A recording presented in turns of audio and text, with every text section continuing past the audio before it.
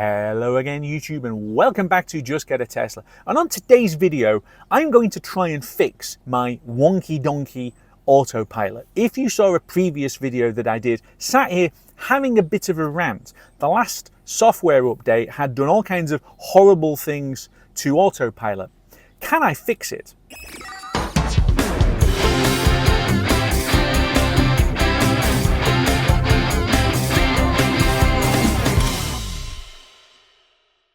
So in the last video, I described that I had done a 600-mile trip off camera because I don't actually film every single thing that I do in this car.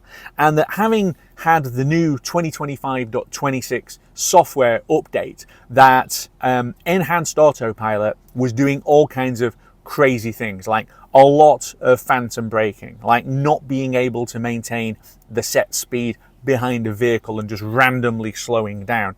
And then the very worst bit where it did an indicate brake swerve maneuver where, despite the route going straight on, as I passed the slip road it decided that it was going to try and swerve me off. So I did a bit of a ranty video and asked, is it just me or are other people having it? And sadly, an awful lot of people seem to be having the exact same issues, but some of them not actually on the new software, they're just having the issues anyway. The one thing that kept being suggested repeatedly was, have you recalibrated the cameras? Well, I've been a Tesla owner for almost 3 years now, and there's been an awful lot of software updates, and at no point have I ever needed to recalibrate the cameras. But in this case, we're going to give it a try. So to get to that, in the menu, go on to the car button and go to service over here. And then you've got a whole list of different things. And the one we're interested in is down here, camera calibration. So as it says, it will clear the cameras so autopilot isn't available. And it could take up to 100 miles of driving on roads with highly visible lanes. Okay, we're going to do that. So clear calibration. So calibration cleared successfully. That means I do not have autopilot or enhanced autopilot or any of those things until I've done enough miles. So I've got quite a few errands that I need to do today. And the first one is I need to drive along this road, which clearly isn't the kind of road that it is thinking of when it says drive along a road with clear lane markings. There aren't any lanes for it to mark, but there is a gorgeous view. So I've only done, what, 6 miles of the potential 100 that it needs to do, and 5 of those 6 miles have basically been on this. So we're going to subtract 10, 12 miles or something off the number when we actually get there, because I've got a little bit more of this to do before I actually start driving. So I will update you on that as we go. But in the meantime, I am never going to apologize for including clips of this amazing piece of Aberdeenshire coastline, which is just around the corner from my house, because, well, just look at it. It is gorgeous. And today is swelteringly, I would say, warm rather than hot. I mean, it says 23 degrees, but it's quite sultry rather than it being just sticky. Either way, it's fab. So I'm nearly 19 miles into my trip today. As you can see, we now have got proper lane markings, and I've still got the blue circle going around on the screen because it is still calibrating. That's not a surprise at all. It probably wants lane markings on the edges as well. A little bit later on, I'm going to be on those kind of roads. We'll see how far we have to drive before it goes off. So of the 19 miles that I've done, I'd say that only 5 of those miles have been on a road even as good as this. The rest have been, as you saw earlier, not really relevant. So it's probably going to be a little while before the calibration is sorted, but let's see how long that is. So I'm 25 miles in since I left home, and we are back onto this kind of road. The little blue circle around the steering icon is almost complete, so I am wondering how much more calibration is needed before it says that it's acceptable. We'll find out. Either way, I haven't done 26 now miles on this kind of road. As you saw earlier, there were some single tracky bits as well, so 20 miles, 18 miles, something like that, no more than that. Either way, it's a lot less than 100 if it's nearly done. And just as I tell the GoPro to turn off, it says camera calibration complete, which means that I can now do this. Okay, so here's then the question. Is it going to be better than it was the first time around? Because it wasn't great last time, okay? With the software update, I also thought that the steering had become a little bit twitchy on anything other than a straight road. Now, it's just gone to 20, but that is not the software update that we just had. That is that the car is incapable of reading a switchable speed limit. So although it was absolutely not a 20 limit, it thinks that it is, because of the fact that it's gone past the 20 sign, where it's only 20 when the lights flash, which it wasn't, and now it's not speeding up beyond that. So we're just going to turn it off, and then we'll put it back on again as we clear the 50 restriction here. Put it back on, put it on, I don't know, 55 or something, and see how we do. So this is live testing. You've just seen it. It's just gone off calibration, and we'll see if this is any better. Well, I haven't done phantom braking yet in the mile or so that we've just done. We kind of went hooning into that bend, but that's good because it was certainly capable of doing it. I think in the past the curve assist thing, here you go, curvature assist active, that does slow you down more than is needed. Now you definitely need to slow down here because this is not a particularly, it's not really happy around here. This is not a happy sequence of corners, and it really did lose its lunch a little bit as we went into there, but it was perfectly safe.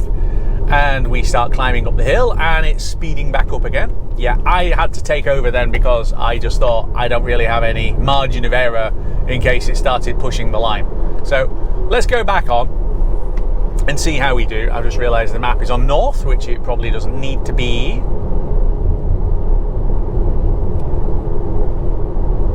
Okay. So my initial impression so far is I don't know why the wipers decided to come on there. My initial impression so far is, although it's quite slow through some of these, I think the steering feels a little bit smoother than it was previously as you go around some of these bends. It seems to be quite assertive in a way that it wasn't quite as much previously. I'm going to overrule it there because we can go around there without any issues, and I've got somebody now behind me. So let's get a little bit further on, and then I'll give you some more thoughts. Okay, another twisty section. So what I'm looking for is what speed it decides to go around the bend and how smooth the steering inputs are, because there have been spells, that's pretty good. There have been spells on the last bit of software where, again, as well as the long motorway drive, I also did a little bit off-road, off motorway, sorry, and tried it, and it was a bit finicky, twitchy. That's better. Again, I'm watching it because there's a truck and we don't want to be going, yep, that was fine. It's better so far. Better so far, which is handy, really, because you really don't want the car to be quite as twitchy as it has been. So I think we can speed up a little bit now because it goes a bit straighter. So hopefully, now it's that happens quite a bit. If you get a blind summit or they're a rolling summit, it doesn't quite know what to do. I've had it a few times where it's flashed up and said forward collision warning, and the thing that it's worried about crashing into is fresh air. It's literally going up and it can't see, and it goes forward collision warning, and it's like there's nothing there. So but I mean, look, it was doing that is the best way of describing it. You get to a bend like that, and instead of doing that as it just did, it'd be kind of doing that, yeah? So it's a little bit better. Again, let's give it another whirl. Yeah, it feels like it is covering the brake. It did a great job around there. It feels more assertive is probably the best way I'd describe it, because I have seen it where, especially with the active curve assist, it could be a bit hesitant and a bit worrisome. And certainly as I installed the previous software update, it really was freaking out. Okay, now I know I've just reduced the speed limit, but we're about to drop into a 40, and as you know, Tesla does not reduce the speed quickly enough before you get into the speed limit, so I've had to intervene a couple of times there. This is an interesting little twisty section. I've dropped it to 50 just as we go around it. It is going to need to slow down more, and curvature assist active comes on. What's it doing? I suppose it's going reasonably slow. This has got the high contrast lighting that it really hates when the sun is shining straight into its face. It doesn't like that at all, as lots of people have been saying in comments on the previous video. But it hasn't done anything completely daft so far. I mean, again, I'm keeping an eye on it. So, I mean, the steering, I'd say the steering is smoother than it was. It still isn't super smooth, right? It's not the way that you see full self-driving cars doing. So if you compare and contrast this with, as an example, Robot in Real Life's video of the Tesla London FSD test, where they've slowed it down, and watch that video and subscribe to their channel if you haven't done. But compared to that, this is still twitchy. But compared to how I remember it before I recalibrated the cameras, it's a lot smoother. So it has made a difference, and so far it hasn't done anything daft, and that obviously is what we're looking out for. So I don't think I've lost anything in having the cameras recalibrate, other than the fact that it took 20 or so miles of driving on a decent road before it got there. But it said 100, and obviously it's done nothing like as long as that to be able to put auto steer back on, having calibrated the cameras. So it didn't take very long at all.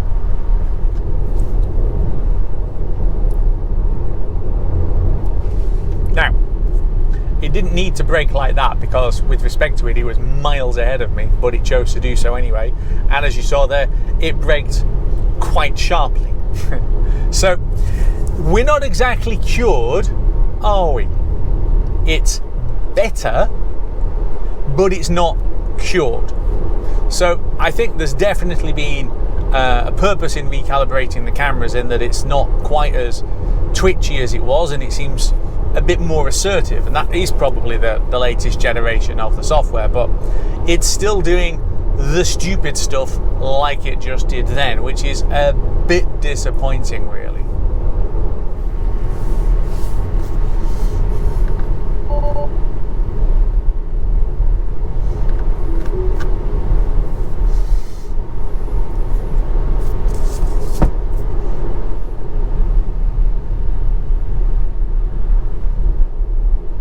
This is probably the worst kind of environment, because as you can see, it's kind of just nudged left and right a little bit. It doesn't quite know what to make of the cycle lane, especially when it briefly disappears. And I have seen this quite a few times.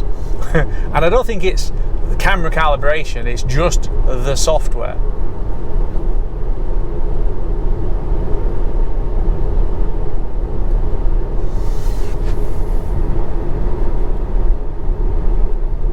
Now, why is it going curvature assist active? What is it doing? And there's no one behind me, which is why I'm leaving it doing it, but what's it doing?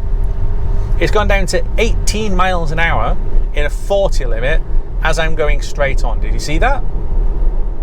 What is it doing? So that isn't cameras. It could see the road is going straight on. That's nothing to do with the cameras and everything to do with the software. What was it doing? Where did it think we were going? I honestly do not know at times. And I think that really is the autopilot experience in a nutshell currently, where it just does things at random that you're not expecting, and you can't really be expecting, because there is no reason at all for it doing them.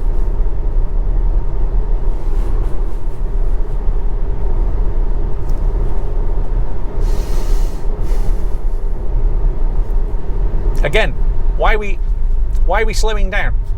What's it doing? There's no one behind me, which is why I'm letting it go, but curvature assist active, right? What are we doing? I'm having to override it because he's waiting to come out, but what on earth is it doing? Genuinely, does it actually know?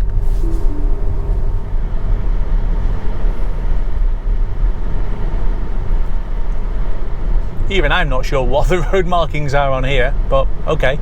Well, it's keeping me left, which, and you can see it flickering a little bit as it tries to work out what to do. I think that was probably fair because even I wasn't quite sure what was going on there, but okay.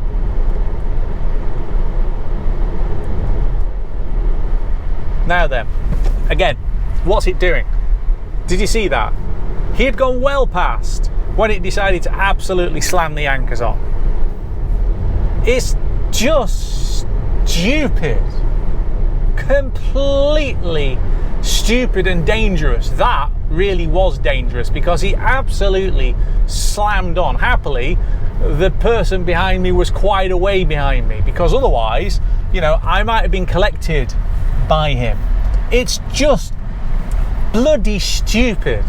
I can't figure this out. What on earth is wrong with this stupid software? And it's fine for them to say, oh, we're working on FSD, and oh, look at our robo-taxis. Oh, look, we've got a cock-shaped area in Texas where our robo-taxis are going around.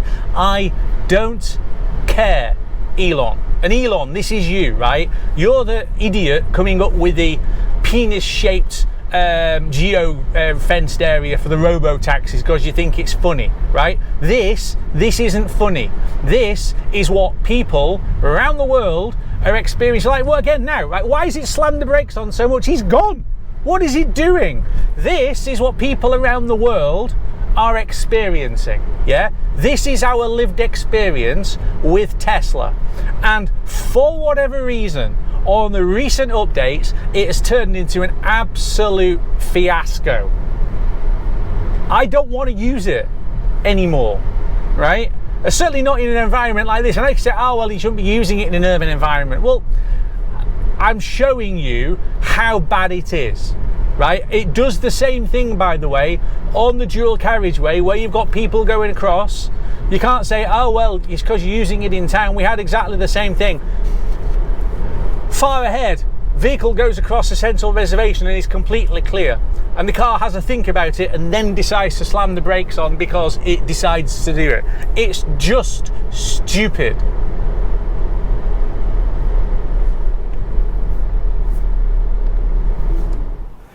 Well, that wasn't exactly what I was hoping for. I recalibrated the cameras as various people suggested that I do. I think it's improved highway driving, as in just normal roads, not motorways. Americans, you've got different definitions, but I think it's improved that. The steering is a little smoother than it was previously, but the thing that is completely and totally wrong is the way that this car is reacting to things that aren't there.